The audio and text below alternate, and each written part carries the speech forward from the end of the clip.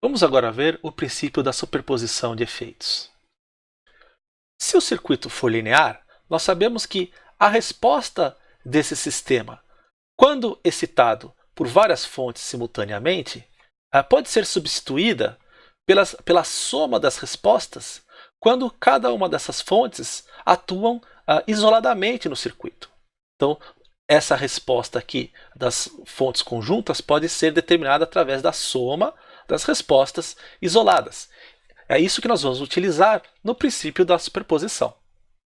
O princípio da superposição diz o seguinte: se nós tivermos um circuito excitado por várias fontes independentes simultâneas, nós podemos quebrar a solução desse problema resolvendo vários circuitos onde cada uma dessas fontes age isoladamente, ou seja, as outras fontes estão desativadas. Então, nesse caso aqui, eu mantenho a fonte de corrente ativada e desativo essa fonte de tensão.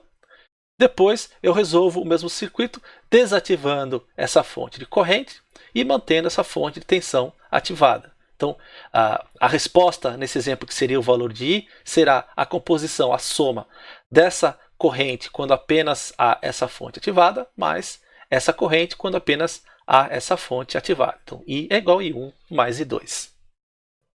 Bom, uma dúvida que pode aparecer é: existe alguma vantagem em fazer isso? Porque anteriormente eu tinha que resolver um circuito apenas, e usando o princípio da superposição, eu vou ter que resolver dois circuitos aqui um pouco modificados. Então, existe alguma vantagem? Nesse exemplo aqui, sim. Note que esse primeiro circuito aqui nada mais é que um divisor de corrente. Tá? Então, a corrente que sai dessa fonte será dividida entre I1 e a corrente que passa nesse outro resistor. Então, nós já vimos a expressão do divisor de corrente. Então, I1 será a outra resistência dividida pela soma dessas duas vezes essa corrente. E para determinar I2 também fica fácil. Bom, esse resistor aqui não está conectado a nada, então você pode ignorar ele aqui na solução. Mesma coisa esse fio aqui. Então nós temos uma fonte de tensão e dois resistores aqui em série. Tá? Então nós teremos, para determinar esse I2, nós podemos calcular a resistência equivalente aqui, e I2 será o valor dessa fonte de tensão dividida pela resistência equivalente. Então, facilmente nós determinamos I2 também, e o I será I1 mais I2. Bom, e então como que nós desativamos fontes? Então temos que tomar um certo cuidado aqui. Nós vamos fazer a desativação das fontes independentes apenas. Isso aqui é muito importante, tá? Isso é uma grande fonte de erro dos alunos. Se você tiver fontes dependentes no seu circuito, você não pode desativar em nenhuma situação. Você vai ter que manter ela sempre ativada, tá? Vocês erram muito aqui. Bom, então como que nós desativamos fontes independentes? Se a fonte for de tensão, para desativar ela, nós substituímos essa fonte por um curto-circuito. Então, você tem uma fonte ali no seu circuito, você quer desativar ela, você vai substituir essa fonte por um curto-circuito. Se você tiver uma fonte de corrente e você quiser desativar, você vai substituir por um circuito aberto. Então, eu tenho uma fonte de corrente aqui, para desativar, substituir por um circuito aberto. Isso é exatamente o que eu fiz no exemplo anterior. Vamos ver. Note aqui que nesse caso aqui, eu desativei a fonte de tensão. Então, a minha fonte de tensão virou um curto-circuito. E, nesse caso aqui, desativar a fonte de corrente implica em substituir por um circuito aberto. Vamos resolver esse exemplo utilizando o princípio da superposição. Aqui é um circuito que nós temos apenas fontes independentes, uma de tensão e uma de corrente. Então, vamos resolver isolando e mantendo ativada apenas a fonte de tensão, depois mantendo ativada apenas a fonte corrente, e vamos somar os resultados. Aqui um procedimento muito importante que nós temos que tomar cuidado é manter a orientação aqui do sentido da nossa incógnita igual, tá? Para não haver problema na hora da soma dos resultados. Então, nesse exemplo, eu vou manter sempre a minha seta de tensão da direita para a esquerda. Na parte A, vamos desativar a fonte de corrente, então vamos substituir por um circuito aberto. E basta agora resolver esse circuito para determinar V aqui na parte A. Então, nesse caso aqui fica fácil utilizar o método das malhas, porque você tem apenas uma fonte de tensão independente, e você pode usar aquele método rápido para montar o sistema. Você resolve esse sistema, você determina os valores das correntes de circulação. Agora, para determinar VA, você precisa primeiro determinar qual é a corrente que passa aqui nesse resistor, e VA será o valor dessa corrente vezes 2000. Agora, aqui dá para ver que essa corrente I é igual a I maiúsculo 2, aqui, porque é a única corrente de circulação que passa por esse ramo e eles estão passando, essas duas correntes estão passando no mesmo sentido. Então, VA será I2 vezes 2000, que é o que está aqui, e obtemos 1,71 volt. Na parte B, nós vamos desativar a fonte de tensão, então vamos substituir por um curto-circuito e vamos retornar aqui a nossa fonte de corrente. Vamos determinar novamente a tensão, agora V, aqui no caso B. Nesse caso aqui, é mais conveniente utilizar a análise nodal, porque você só tem uma fonte de corrente independente. Você também pode montar o sistema diretamente aqui a partir daquela forma rápida. Você determina as tensões nodais, E1 e E2, e VB será então E1 menos E2, que vai dar menos 5,14 volts.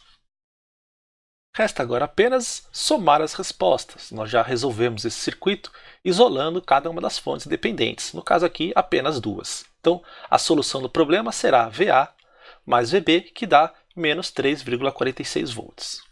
Agora note que nós somamos essas duas tensões porque nós mantivemos o mesmo sentido de referência aqui da tensão. Como eu disse anteriormente, não inverta o sentido dessa flecha aqui quando for resolver para a parte A ou B. Mantenha sempre a mesma orientação da incógnita. E note também nesse exercício que na parte A eu resolvi pelo método das malhas, porque era mais conveniente, e na parte B eu resolvi pela análise nodal, porque também era mais conveniente. Você não precisa ficar preso a apenas um método se você quiser. Você escolhe o que for mais conveniente. No segundo exemplo, vamos determinar a tensão aqui na fonte de corrente. Tá? E note que nós temos agora uma fonte controlada. Tá? Essa fonte controlada nunca pode ser desativada. Então, isso é uma fonte de erro enorme dos alunos. Você não pode desativar essa fonte em nenhuma situação. Na parte A, vamos considerar apenas a fonte de tensão independente mais a fonte controlada. Lembra, essa fonte nunca pode ser desativada. Então vamos desativar essa fonte de corrente aqui, substituindo por um circuito aberto. E vamos resolver. Aqui eu escolhi a análise de malhas para a solução. Não vou detalhar todo o procedimento, já foi feito isso em aulas anteriores. Nós obtemos VA igual a menos 12 volts. Na parte B agora, nós vamos considerar essa fonte de corrente apenas e a minha fonte controlada. Vamos desativar a fonte de tensão, substituindo por um curto-circuito. E vamos resolver esse circuito. Aqui eu vou usar a análise nodal. Seguindo o procedimento que nós vimos nas aulas anteriores, nós obtemos VB igual a 15 volts. Finalmente, basta agora somar as respostas. Então, V será VA mais VB, que vai dar 3 volts. Note nesse exemplo que a fonte controlada nunca é desativada. Ela vai sempre ficar ativada e você vai ter que resolver o circuito com ela ali. Tá? Apenas as fontes independentes podem ser desativadas. Aqui cabe uma observação a respeito desse exemplo. Se você não quiser utilizar o princípio da superposição para a solução desse circuito, você pode, por exemplo, fazer uma transformação de fonte, substituindo essa fonte de tensão em série com uma resistência por uma fonte corrente em paralelo com uma resistência, e depois utilizar aqui a análise nodal. Esse aqui é um exemplo que é um pouco questionável se nós devemos utilizar o princípio da superposição para a solução. Tá? Por quê? Porque a presença aqui da fonte controlada causa uns trabalhos adicionais para a solução. Então é um pouco questionável aqui o uso do princípio da superposição para a solução. Porém, eu utilizei o princípio da superposição para demonstrar aqui o uso do método.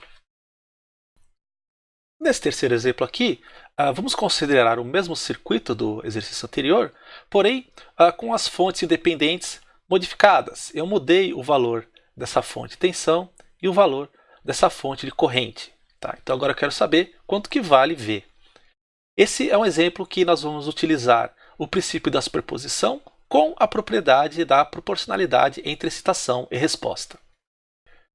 Bom, do exercício anterior, aqui eu desenhei apenas o grafo do circuito indicando aqui a fonte de tensão. Então, do circuito anterior, eu obtive, para o caso A, em que estavam ativadas a fonte independente, aqui essa fonte controlada, nós obtivemos VA igual a menos 12 volts.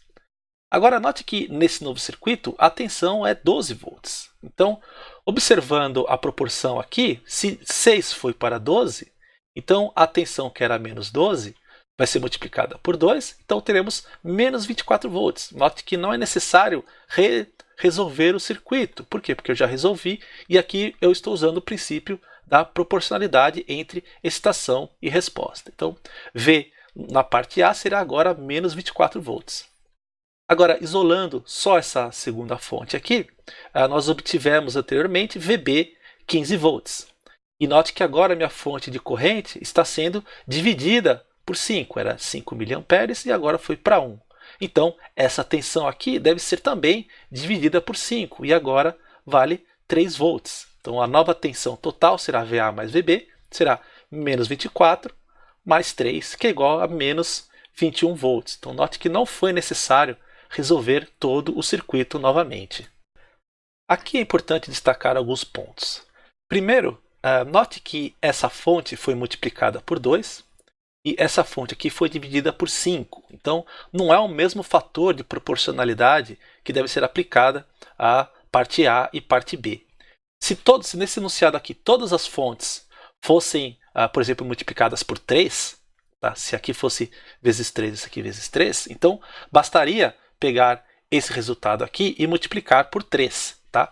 Mas não é o caso. Aqui nós multiplicamos por 2 e aqui nós dividimos por 5. Então, não é o mesmo fator de proporcionalidade. É necessário usar o princípio da superposição mais a proporcionalidade, que é o que nós fizemos aqui. Nós fizemos a proporcionalidade apenas dessa fonte, que é vezes 2, e só dessa fonte, que é dividido por 5. O outro ponto muito importante é que nós não mudamos o ganho dessa fonte aqui. Deixa eu voltar aqui no enunciado. Continua sendo 2 vezes I1. Se esse número aqui fosse modificado, então nós não poderíamos utilizar o princípio aqui da proporcionalidade. Tá? Isso só vale quando as fontes independentes são modificadas. Se mudar a fonte controlada, é necessário resolver novamente o circuito.